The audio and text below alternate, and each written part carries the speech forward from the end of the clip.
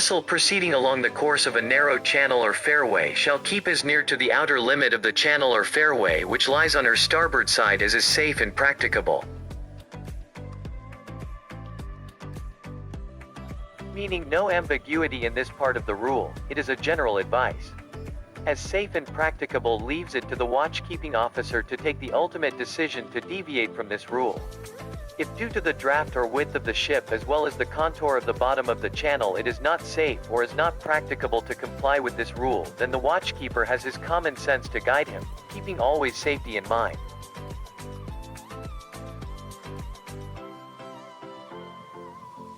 B. A vessel of less than 20 meters in length or a sailing vessel shall not impede the passage of a vessel which can safely navigate only within a narrow channel or fairway.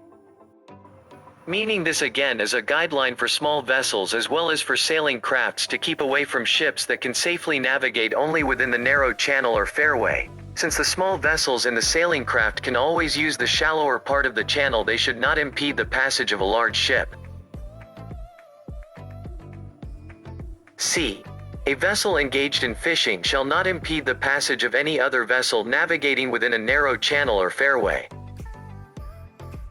Also a guideline. Again, please note it is not a fishing vessel but a fishing vessel engaged in the actual task of fishing, so no fishing in the narrow channel or fairway.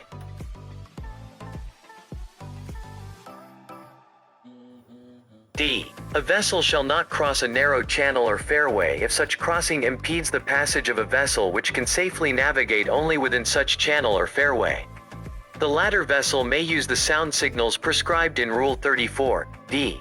if in doubt as to the intention of the crossing vessel. Crossing vessels are warned not to cross the channel or fairway if this crossing should come in the way of a vessel proceeding along the channel who cannot deviate due to the depth or width restriction of the channel.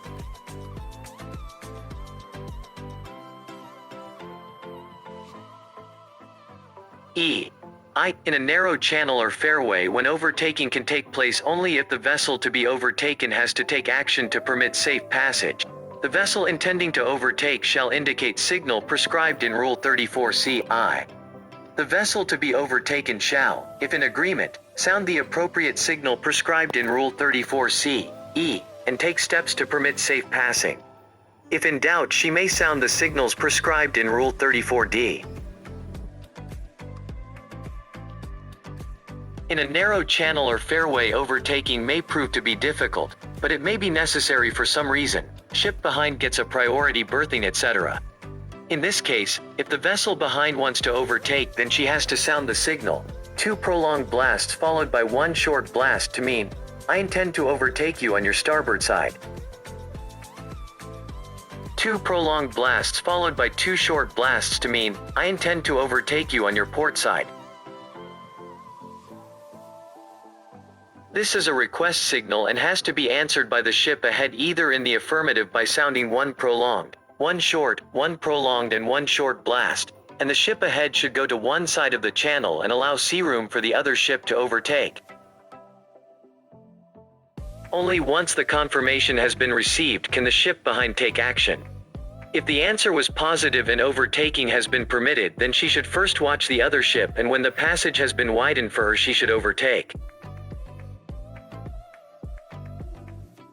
If the ship ahead is in any doubt about the sound signal that she heard, or at a later stage while overtaking is in progress and she feels that a close quarter situation may develop, then she may sound the signal.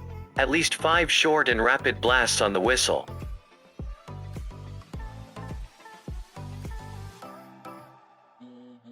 E. This rule does not relieve the overtaking vessel of her obligation under Rule 13. Okay, so the ship ahead has agreed to be overtaken, but the responsibility and obligation as per Rule 13 still remains on the ship behind. She cannot find fault with the ship ahead if some mishap occurs. This is the reason that she has to make sure that after answering in the positive, the ship ahead has made adequate sea room available for her to overtake.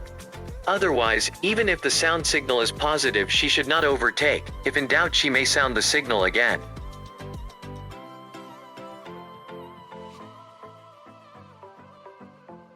F. The vessel nearing a bend or an area of a narrow channel or fairway where other vessels may be obscured by an intervening obstruction shall navigate with particular alertness and caution and shall sound the appropriate signal prescribed in Rule 34E.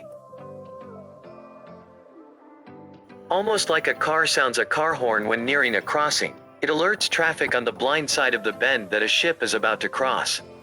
This is especially relevant in channels and rivers and fairways where up and down traffic are numerous. G. Any vessel shall, if the circumstances of the case admit, avoid anchoring in a narrow channel.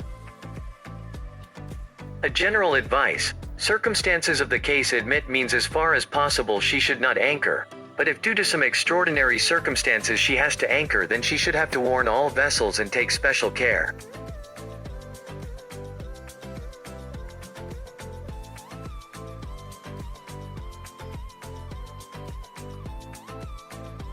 A. This rule applies to traffic separation schemes adopted by the organization and does not relieve any vessel of her obligation under any other rule.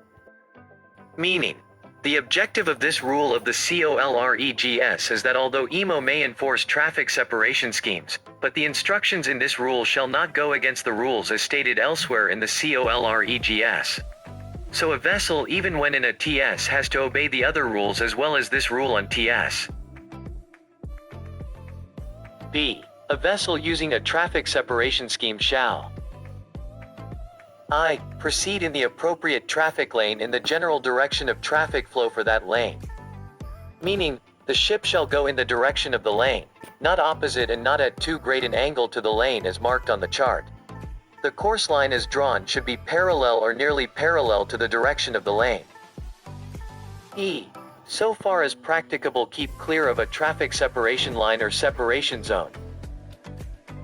Meaning, ships should as far as possible lay their course line away from the edges of the traffic lane on either side and follow the same, preferably drawn through the center of the lane. E. Normally join or leave a traffic lane at the termination of the lane, but when joining or leaving from either side shall do so at as small an angle to the general direction of traffic flow as practicable. Meaning, when entering or leaving a TS, make your course line join the TS at the beginning or at the end of the TS. C. A vessel shall, so far as practicable, avoid crossing traffic lanes, but if obliged to do so shall cross on a heading as nearly as practicable at right angles to the general direction of traffic flow. D. A vessel shall not use all inshore traffic zone when she can safely use the appropriate traffic lane within the adjacent traffic separation scheme. However, vessels of less than 20 meters in length, sailing vessels, and vessels engaged in fishing may use tile inshore traffic zone. Meaning, IMO has demarcated inshore TZ.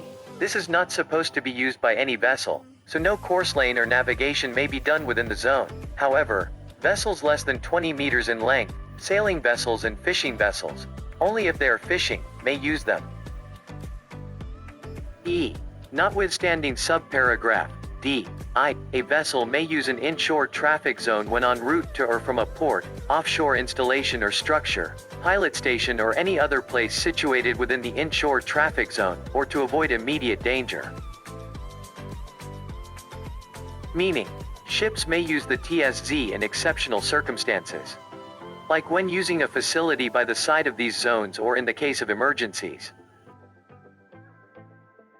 E. A vessel other than a crossing vessel or a vessel joining or leaving a lane shall not normally enter a separation zone or cross a separation line except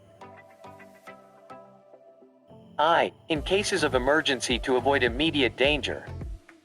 E. To engage in fishing within a separation zone.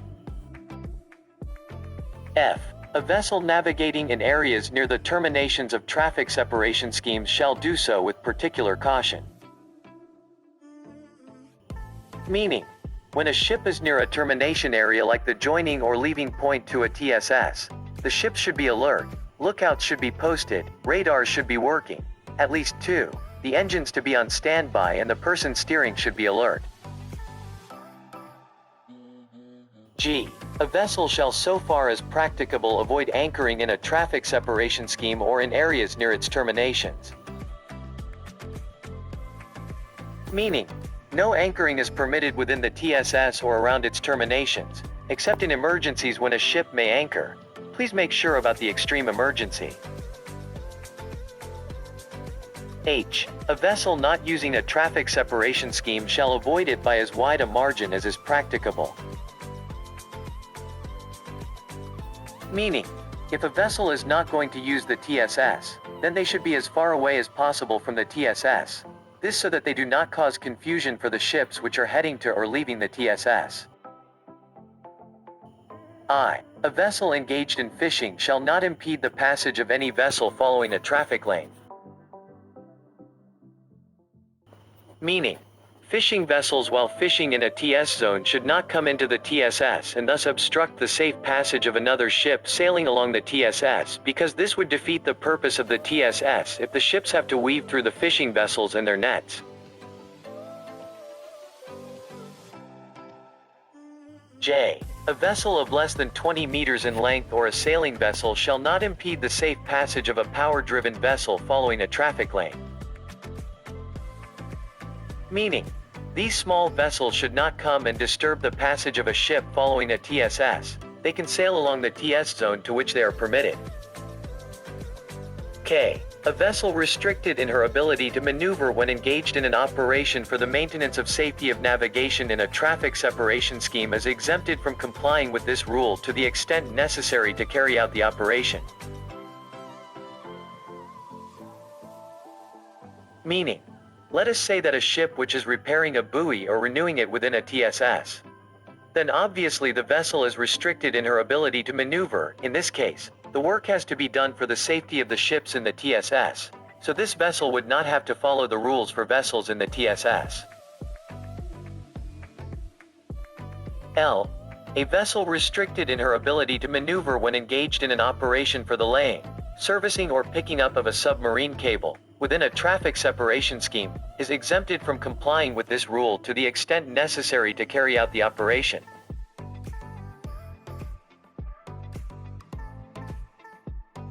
Meaning, like the above explanation, these vessels are also exempt. Thus, the alertness on the part of other vessels is to be very sharp. However, once the work is finished, the restricted ship no longer enjoys the exemption from complying with this part of the rule.